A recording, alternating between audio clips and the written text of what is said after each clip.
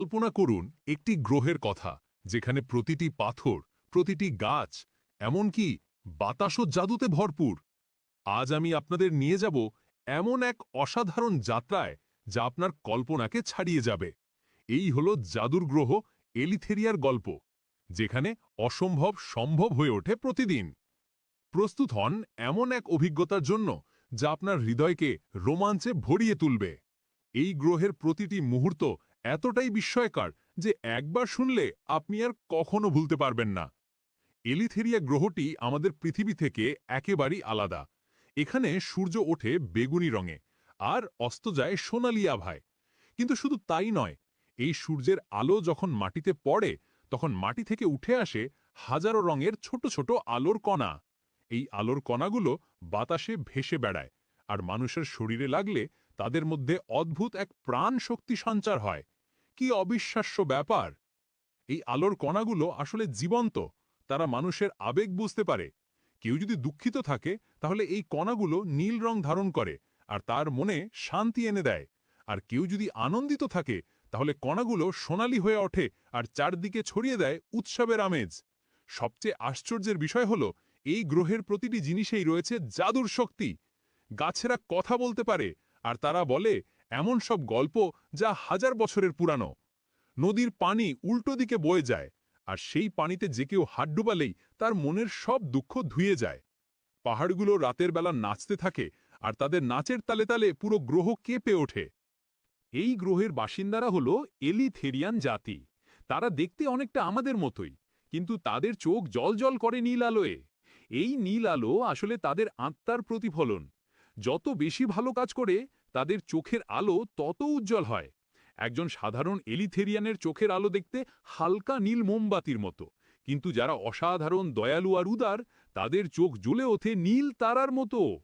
প্রতিটি এলিথেরিয়ানের জন্মের সময় একটি বিশেষ জাদুর ক্ষমতা থাকে। কেউ আগুন নিয়ন্ত্রণ করতে পারে, এবং তারা এই আগুন দিয়ে শুধু ধ্বংস করে না, বরং নতুন জীবনের সৃষ্টি করে। তাদের আগুনের স্পর্শে মরা গাছ আবার সবুজ হয়ে ওঠে। কেউ বাতাসে উড়তে পারে, আর তারা উড়ার সময় পিছনে রেখে যায় রঙিন ধোঁয়ার ল্যাজ। এই ধোঁয়ার ল্যাজ দেখে বোঝা যায় তাদের মনের অবস্থা। খুশি থাকলে রামধনুর রং, আর চিন্তিত থাকলে রূপালী রং। আবার কেউ সময়কে ধীর করে দিতে পারে, যার ফলে তারা একটি মুহূর্তকে ঘন্টার মতো দীর্ঘ করতে পারে। কি অবিশ্বাস্য, তাই না? আর সবচেয়ে বিস্ময়কর বিষয় হলো, তারা এই ক্ষমতাগুলো ব্যবহার করে শুধুমাত্র অন্যদের সাহায্য করার জন্য। এলিথেরিয়ার রাজধানী শহর ক্রিস্টালিয়া সত্যি এক স্বর্গীয় দৃশ্য।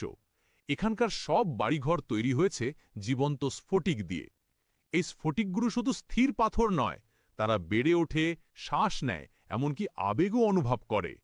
দিনের বেলা এই স্ফটিকগুলো সূর্যের আলো সংগ্রহ করে, আর রাতে সেই আলো ছড়িয়ে দেয় চারদিকে।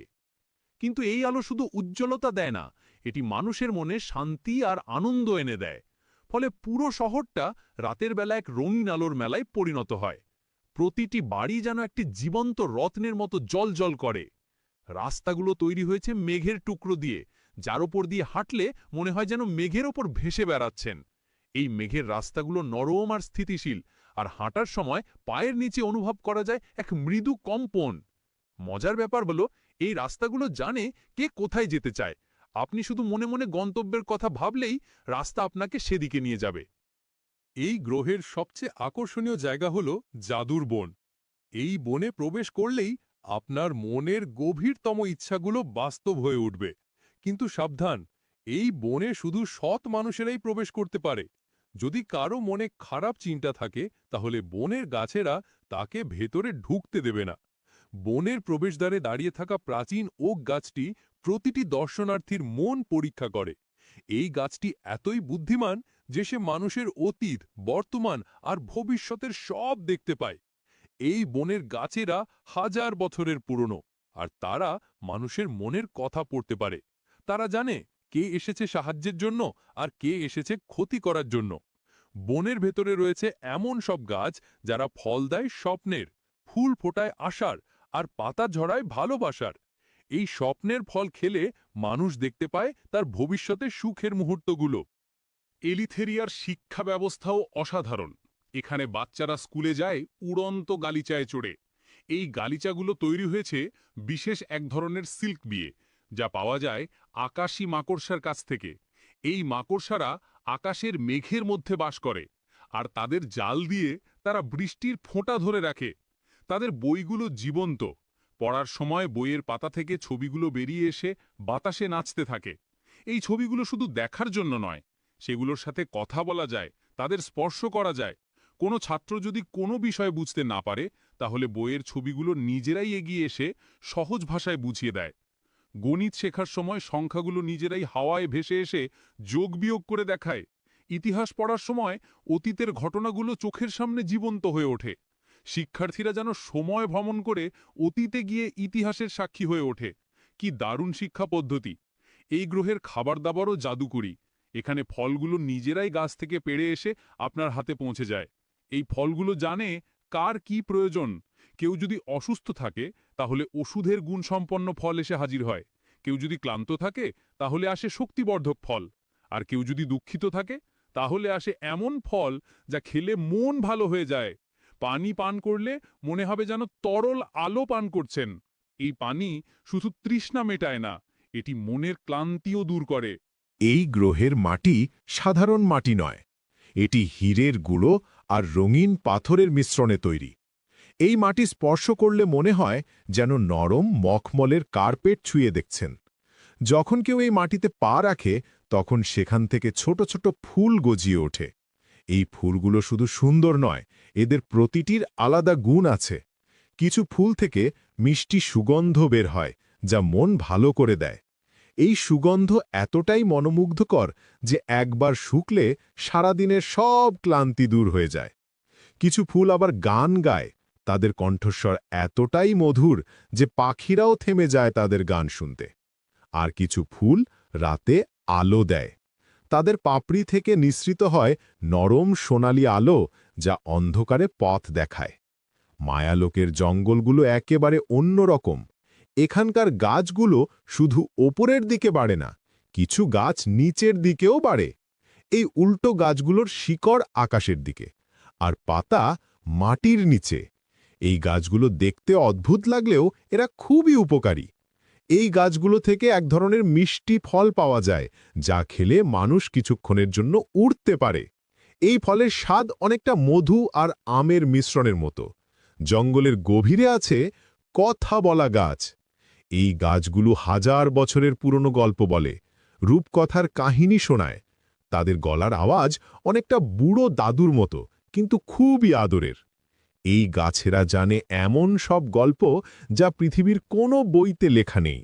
তারা বলে প্রাচীনকালের রাজা রানীর গল্প, বীর যোদ্ধাদের কাহিনী আর প্রেমের অমর গাথা। এই গ্রহের প্রাণীরাও অসাধারণ। এখানে আছে রংধনু রঙের ঘোড়া, যারা মেঘের ওপর দিয়ে দৌড়ায়। এই ঘোড়াগুলোর খুর স্পর্শ করলে মেঘ হয়ে যায় শক্ত, যেন পাথরের রাস্তা। তারা এত দ্রুত দৌড়ায় যে তাদের পিছনে তৈরি হয় রঙিন ধোঁয়ার লেজ। আছে স্বচ্ছ ডানার প্রজাপতি, যারা আকারে হাতির মতো বড়। এই প্রজাপতিরা মানুষকে পিঠে করে নিয়ে আকাশে ঘুরিয়ে আনে। তাদের ডানার নিচে বসে থাকলে মনে হয় যেন কাঁচের ছাদের নিচে বসে আছেন। তাদের উড়ার সময় কোনো শব্দ হয় না, একদম নীরবে তারা ভেসে বেড়ায় আকাশে। পানিতে আছে সোনালি মাছ, যারা গান গায় আর নাচ করে। এই মাছগুলোর গান শুনলে যে কোনো দুঃখ ভুলে যাওয়া যায়। তাদের গানের সুর এতটাই মধুর যে শুনলে মনে হয় যেন স্বর্গের সঙ্গীত বাজছে। যখন তারা দল বেঁধে নাচে, তখন পানিতে তৈরি হয় সোনালি ঢেউ। সবচেয়ে আশ্চর্যজনক জায়গা হল ক্রিস্টাল পর্বত। এই পর্বত পুরোটাই রঙিন স্ফটিক দিয়ে তৈরি। এই স্ফটিকগুলো এতটাই বিশুদ্ধ যে এদের ভেতর দিয়ে দেখা যায় পর্বতের অন্য পাশ। সূর্যের আলো পড়লে এই পর্বত থেকে হাজারো রঙের আলো ছড়িয়ে পড়ে চারদিকে। এই আলো এতটাই উজ্জ্বল যে অনেক দূর থেকেও দেখা যায়। পর্বতের চূড়ায় আছে একটি জাদুর ঝর্ণা। এই ঝর্ণার পানি পান করলে যে কোনো ইচ্ছা পূরণ হয়। কিন্তু এই ঝর্ণার পানি সবার জন্য নয়, শুধুমাত্র যাদের হৃদয় পবিত্র, যারা অন্যের ভালো চায়, তাদের ইচ্ছাই পূরণ হয়। তবে এই ঝর্ণায় পৌঁছানো খুবই কঠিন। পথে আছে নানা রকম বাধা আর পরীক্ষা। কখনো পথে পড়ে বিশাল গর্ত যা লাফিয়ে পার হতে হয়, কখনো আসে প্রচণ্ড ঝড় যার মুখে দাঁড়িয়ে এগিয়ে যেতে হয়।